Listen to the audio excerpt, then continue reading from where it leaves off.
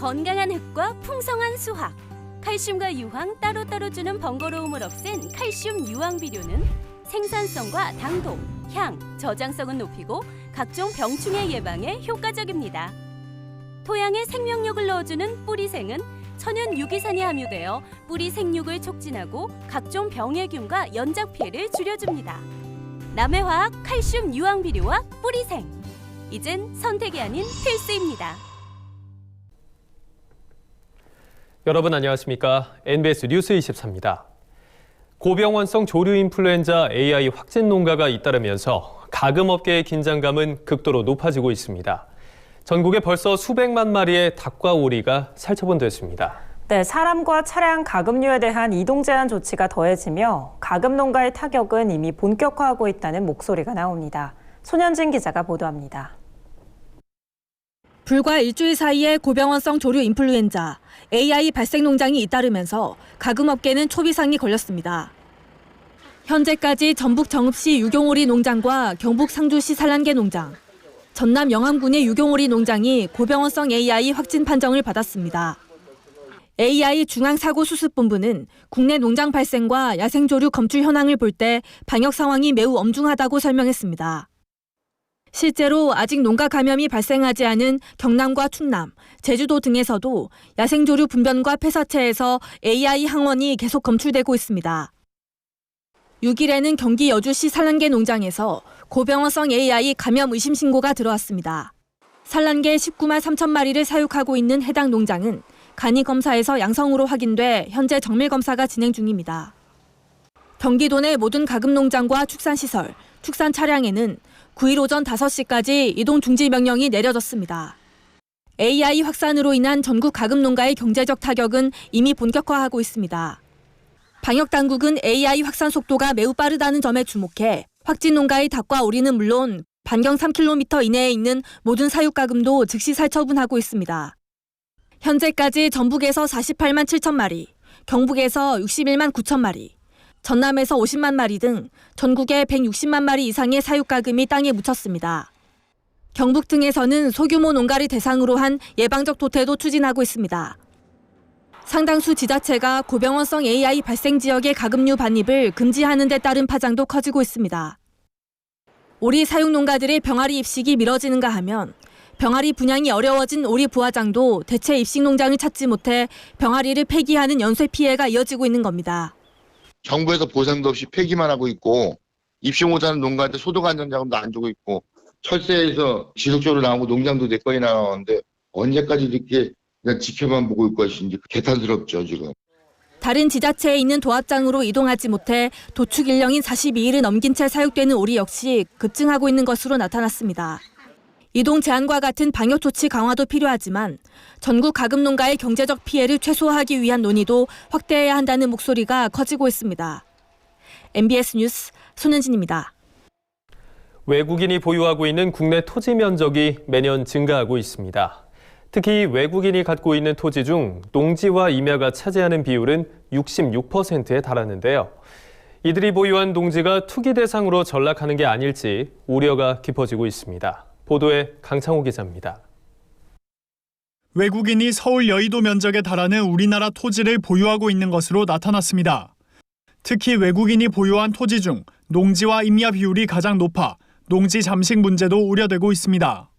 국토교통부는 최근 올해 상반기 기준 외국인이 보유한 국내 토지 면적이 전년 대비 1.2% 늘어난 251.6제곱킬로미터에 달한다고 발표했습니다. 토지 공시지가로 따지면 31조 2,145억 원입니다. 지난해 말보다 1.4% 증가한 수준입니다. 외국인이 보유하고 있는 국내 토지 면적은 매년 증가하고 있습니다.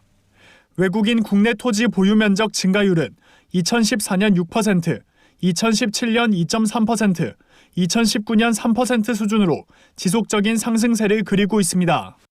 용도별로는 임야와 농지 등이 1억 6,632만 제곱미터로 전체의 66%를 차지하며 가장 많았습니다. 공장용, 레저용, 주거용 등이 그 뒤를 이었습니다. 국토부는 미국, 캐나다 등 국적을 보유한 외국인들이 농지와 임야 등에 대한 증여 상속을 하거나 내국인이 외국인으로 국적을 변경한 이후 계속 토지를 보유한 부분이 크다고 분석했습니다. 국적이 변경이 돼가지고 한국 사람이 이제 시민권을 갖게 된 분들이나 그런 분들을 얘기하는 거죠. 문제는 외국인들이 보유한 국내 농지가 늘어나면서 농지 잠식에 대한 우려가 깊어지고 있다는 점입니다. 우리나라 농지를 보유한 외국인들은 대부분 일명 검은머리 외국인인 것으로 나타났습니다. 주로 증여 또는 상속으로 농지를 보유하게 된 겁니다. 실제 경작할 확률이 극히 낮은 외국인들이 농지를 보유하면서 농지가 제대로 활용되지 않을 것이란 문제점이 지적됩니다. 농지를 타 용도로 전용하거나 위탁 경영과 휴경 등 불법 운영 사례가 급증할 가능성이 적지 않기 때문입니다. 실제로 외국인 부동산 광풍의 대표적인 사례인 제주도를 보면 농지 잠식이 극심하게 발생한 것을 확인할 수 있습니다. 2010년 이후 외국인 등이 제주도에서 토지 난개발을 주도하면서 농지와 초지 1231만 8,721제곱미터가 전용된 것으로 나타났습니다. 외국인이 취득해가지고 농지를 소유하고 있는 경우는 더욱이나 규제 필요성이 있는 거고요. 이것이 뭐 헌법에 반하는 것이 아니라 오히려 헌법에 충실한 부분이다라고. 장기적으로는 처분해서 농업인에게 다시 이제 돌아갈 수 있도록. 날이 갈수록 심각해지는 농지 잠식 문제. 헌법의 경자유전 원칙을 바로 세우기 위한 대책 마련이 절실해 보입니다. MBS 뉴스 강창호입니다. 우리 국민 1인당 연간 육류 소비량이 54kg에 달하는 것으로 조사됐습니다. 20년 전에 비하면 70% 가까이 늘어난 건데요. 그러나 축산농가 수는 갈수록 줄어드는 데다 농가 고령화율은 증가하고 있어 중장기적인 대책 마련이 필요하다는 지적이 나옵니다. 김민경 기자입니다. 1년에 53.9kg, 우리 국민 1명이 연간 소비하는 소고기, 돼지고기, 닭고기의 양입니다. 통계청이 최근 내놓은 통계로 본 축산업 구조 변화 자료에 따르면 2018년 기준 국민 1인당 연간 육류 소비량은 소고기 14.2kg, 돼지고기 27kg, 닭고기 12.7kg으로 조사됐습니다. 20여 년 전인 2000년과 비교하면 69% 증가한 양입니다. 달걀 소비는 1인당 268개, 우유 소비는 80.1kg으로 2000년 대비 각각 45%, 34% 늘었습니다. 육류 1인당 소비량은 연평균 4.2%씩 증가하였으며 특히 닭고기가 연평균 4.8%로 다른 축종에 대비하여 크게 증가하였습니다. 네. 1인 가구 배달 문화 증가 추세도 반영되고 있는 것으로 보입니다. 이렇게 국민들의 육류 소비는 늘어나는 반면 축산농가 숫자는 매년 줄고 있습니다. 1985년 이후 지난 35년간 연평균 1.9% 줄어든 것으로 조사됐습니다. 농가 고령화도 눈에 띄는 대목입니다. 축산농가 경영주 가운데 65세 이상 경영주의 비율, 즉 농가 고령화율은 2005년 25.2%에서 2019년 43.6%로 18.4%포인트 증가했습니다. 전체 농가의 고령화율과 비슷한 증가율 양상을 보이고 있습니다. 전문가들은 국민들의 축산물 소비량이 늘어나는 데 비해 농가 고령화는 더욱 빠르게 진행되고 있어 중장기적 대책 마련을 고민해야 할 시점이라고 지적했습니다. 축산 인구의 감소, 네. 경영주 고령화 심화, 축산업 경영 및 생산의 규모 등 축산업의 구조 변화상을 통계로 나타내어서 미래를 대비하자는 목적으로 기획하게 되었습니다. 주요 축산물의 생산비 변화는 어떨까? 1981년부터 지난 39년 동안 축산물 생산비를 살펴보면 송아지가 가장 높은 증가율을 보였습니다. 지난해 기준 송아지 생산비는 마리당 352만 4천 원으로 연평균 4.4% 증가했습니다. 비유구는 100kg당 113만 2천 원으로 연평균 3.8% 늘었고 우유는 리터당 791원으로 3%, 달걀은 10개당 956원으로 2% 증가한 것으로 조사됐습니다. 한편 축산농가의 소득은 지난해 평균 7,500만 원으로 1993년부터 27년 동안 연평균 4.4% 증가한 것으로 나타났습니다. 전국 농가 소득이 27년간 연평균 3.5% 늘어난 것에 비하면 증가세는 더 가파릅니다. NBS 뉴스 김인경입니다. 정부가 지역 맞춤형 디지털 농업 기술 보급에 박차를 가하고 나섰습니다. 농촌진흥청은 지역 내 지능형 농업교육장을 단계적으로 확대해 디지털 농업 정책을 선도하는 거점 공간으로 활용할 계획입니다. 김하은 기자가 보도합니다. 농촌진흥청이 스마트 농업 테스트베드 교육장을 단계적으로 확대할 계획이라고 최근 밝혔습니다. 이에 따라 현재까지 전국에서 운영되고 있는 70곳의 지능형 농업교육장이 2021년까지 전체 96곳으로 늘어나고 지능형 농업기술 적용 품목도 32개까지 확대될 예정입니다. 지능형 농업은 스마트 농업을 우리말로 순화한 것으로 정보통신 기술을 기반으로 농업시설의 온도, 습도 등을 자동으로 측정하고 분석해 지능형 기기를 통해 작물이 자라는 환경을 원격으로 관리하는 농업을 말합니다. 농진청은 2018년부터 지역 맞춤형 지능형 농업을 활성화하기 위해 지능형 농업교육장을 운영해 왔습니다. 시군 그 농업기술센터 안에 스마트팜 시설을 설치를 해놓고 그 지역의 농업인들이 센터에 왔을 때 체험형 그 교육도 하고 기술 같은 것도 보여주고 그런 걸 통해서 그 지역의 스마트팜이나 스마트 농업이 확대될 수 있게끔 거점 역할을 하는. 지능형 농업교육장은 지능형 농업을 접목한 스마트팜 확충을 위해 농가 현장의 다방면으로 활용되고 있습니다. 지능형 농업교육장은 지능형 농업 도입 농가를 위한 현장 실습장 역할은 물론이고 스마트 농업 전문지도사 양성을 위한 실습 공간으로도 이용되고 있습니다. 스마트 농업 전문지도사는 농장 단위로 수집한 정확한 환경 데이터를 바탕으로 농업인별 맞춤 지도 등을 지원하는 전문 지도사로 농진청은 현재까지 총 165명의 스마트 농업 전문 지도사를 양성해 농가들의 지능형 농업 기술 교육을 지원하고 있습니다. 아울러 각 지역 농업기술센터는 교육장에서 수집한 고품질 농산물 생산에 필요한 빅데이터를 바탕으로 지역별 품목별 현장 지도에 활용하고 있습니다. 농진청은 현재 조성된 지능형 농업교육장들이 가시적인 성과를 보이며 지역 내 디지털 농업 확산을 위한 구심점이 되고 있다고 설명했습니다. 실제로 한평군의 경우 지능형 농업교육장이 조성된 이후 지역 내 지능형 농업 도입 농가가 12호에서 20호로 늘어난 것으로 나타났습니다. 또 밀양시는 지능형 농업교육장 내 딸기, 망고, 체리를 재배할 수 있는 지능형 온실과 복숭아를 재배할 수 있는 지능형 과원까지 조성했고 앞으로도 지역에 적합한 품목별 디지털 농업 기술을 확대할 계획이라고 밝혔습니다. 차세대 농업을 선도할 지능형 농업교육장, 지역 내 지능형 농업의 안정적인 정착을 위해 기여할 수 있을지 기대가 모아지고 있습니다. MBS 뉴스 김하은입니다. 농사를 짓는 70대 할머님들이 랩을 한다. 언뜻 상상이 안 가는데요. 랩을 하고 음원까지 등록한 분들이 계십니다. 일명 할미넴이라고 불리는 전라북도 순창의 할머님들인데요. 이 독특한 발상은 바로 로컬 크리에이터라고 불리는 한 청년의 아이디어로 탄생했습니다. 최근 로컬에 대한 사회적 관심이 늘고 있는 가운데 다양한 문화적 시도를 하고 있는 순창을 남수지 기자가 다녀왔습니다. 고추장으로 유명한 전라북도 순창. 이곳에 우리나라 최장수 가수들이 있다는데요. 내가 순창 래퍼 가수다! 순창 할머님들을 가수의 길로 인도한 이는 바로 장재영 대표. 할머님들을 래퍼로 재탄생시킨 일명 할미넴 프로젝트를 통해 장재영 대표는 지역의 유명 인사가 됐습니다.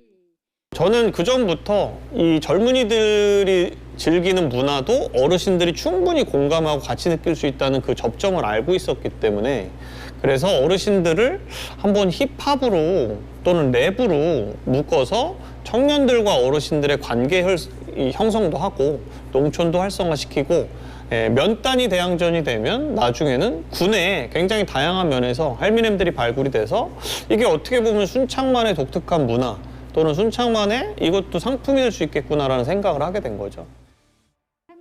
할머님이 직접 쓴 가사에 음을 붙여 순창 할머니 랩이 탄생한 건데요. 노래 하나로 순창은 단숨에 가장 핫한 문화적 감성을 지닌 곳으로 바뀌었습니다. 봄, 나물의 제왕, 참, 두릅, 여름이면 푸르름으로 눈을 시원하게 해주고 겨울이면 모진 비바람도 거센 눈보라도 끄떡없지.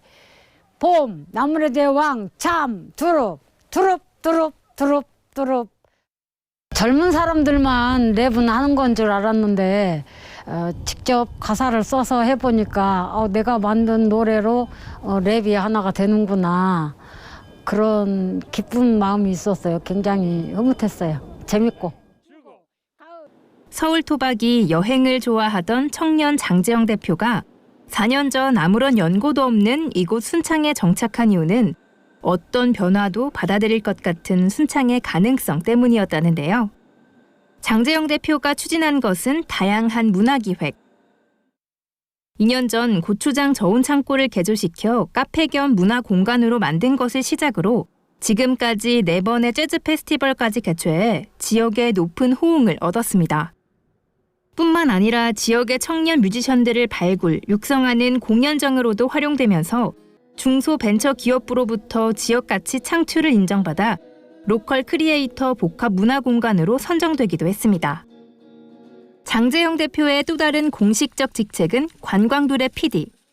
문화체육관광부 사업의 일환으로 지역 내에서 관광과 관련된 창업을 하려는 공동체들을 발굴해 육성하고 지원해주는 역할도 하고 있습니다.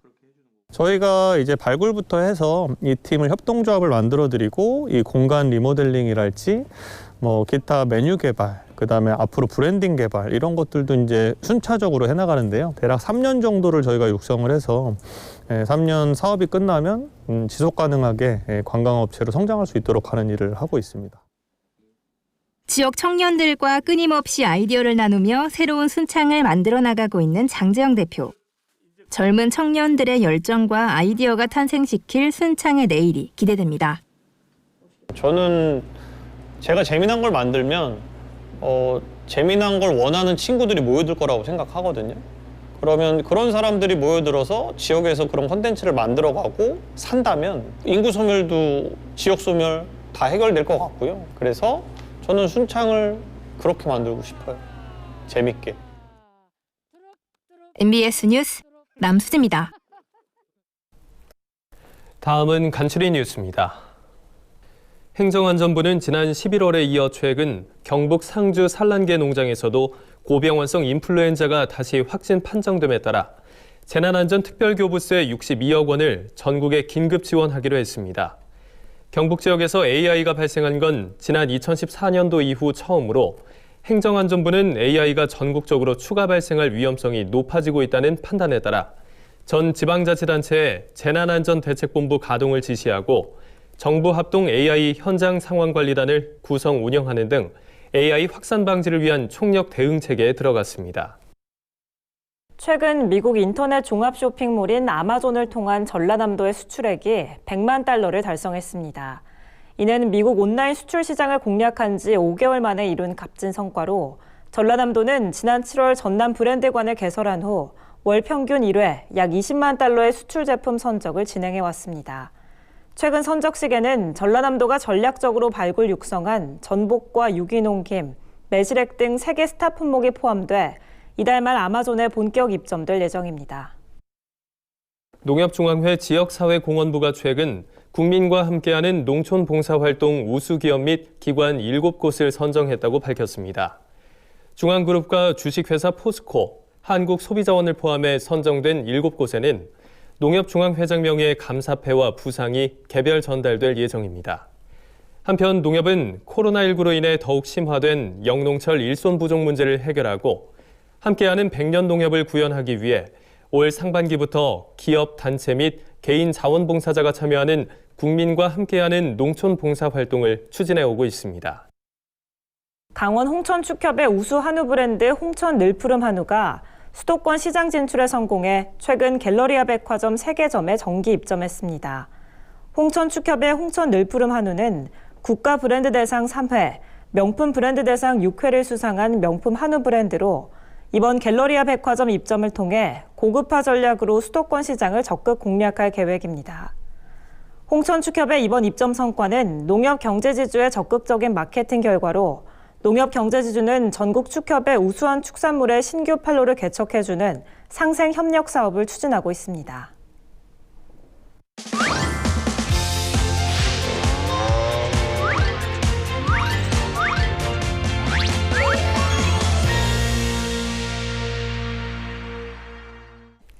영농길라잡이 농업관측 시간입니다. 오늘은 12월 과채와 과일 전망 준비했습니다. 먼저 12월 주요 과채류 가격은 출하량 증가로 전년 대비 하락할 전망인데요. 11월 이후 기상 여건이 좋아 전반적인 작황 상태가 양호하기 때문입니다. 다만 딸기는 출하량이 전년 대비 약간 감소할 전망인데요. 소비 위축으로 인해 도매 가격은 전년과 비슷하겠습니다. 12월 과채류 정식 의향을 살펴보면 토마토와 청양계 풋고추, 애호박의 정식 면적은 전년 대비 증가하고 참외와 일반 풋고추, 백다다기 오이의 정식 면적은 전년 대비 감소할 전망입니다. 다음은 과일의 12월 전망입니다. 요즘 사과와 배 가격이 예년보다 비싸다고 느끼는 분들 많을 텐데요. 실제 올해 수확한 사과 배 저장량이 전년보다 많이 감소했습니다. 봄철 저온 피해와 장마 이후 병의 증가로 생산량이 크게 줄었기 때문인데요. 따라서 12월 사과 배 가격은 전년 대비 높을 전망이고 단감도 출하량 감소로 전년 대비 상승할 것으로 전망됩니다. 단 출하량이 증가한 감귤은 전년보다 가격이 소폭 하락할 것으로 보입니다. 그렇다면 내년도 주요 과일 재배 면적은 어떻게 될까요? 2021년 주요 과일 재배 면적은 2020년 대비 감소할 것으로 전망됩니다. 폐원 농가가 늘고 작목을 전원하려는 농가가 증가하기 때문인데요. 하지만 포도의 경우 샤인 머스켓의 재배 면적 확대로 2020년 대비 재배 면적이 증가할 전망입니다. 더욱 구체적인 농업 관측 정보는 농업관측본부 홈페이지에서 확인하실 수 있습니다. 올해는 코로나19와 연이은 자연재해로 농산물 가격 변동이 어느 해보다 심했는데요. 농업 관측 정보를 통해 농업인들은 피해를 예방하고 소비자들은 슬기로운 경제활동 하시기 바랍니다. 지금까지 영농길라잡이 농업관측이었습니다. 저희가 준비한 소식은 여기까지입니다. NBS 뉴스 24 마칩니다. 함께해 주신 여러분 고맙습니다.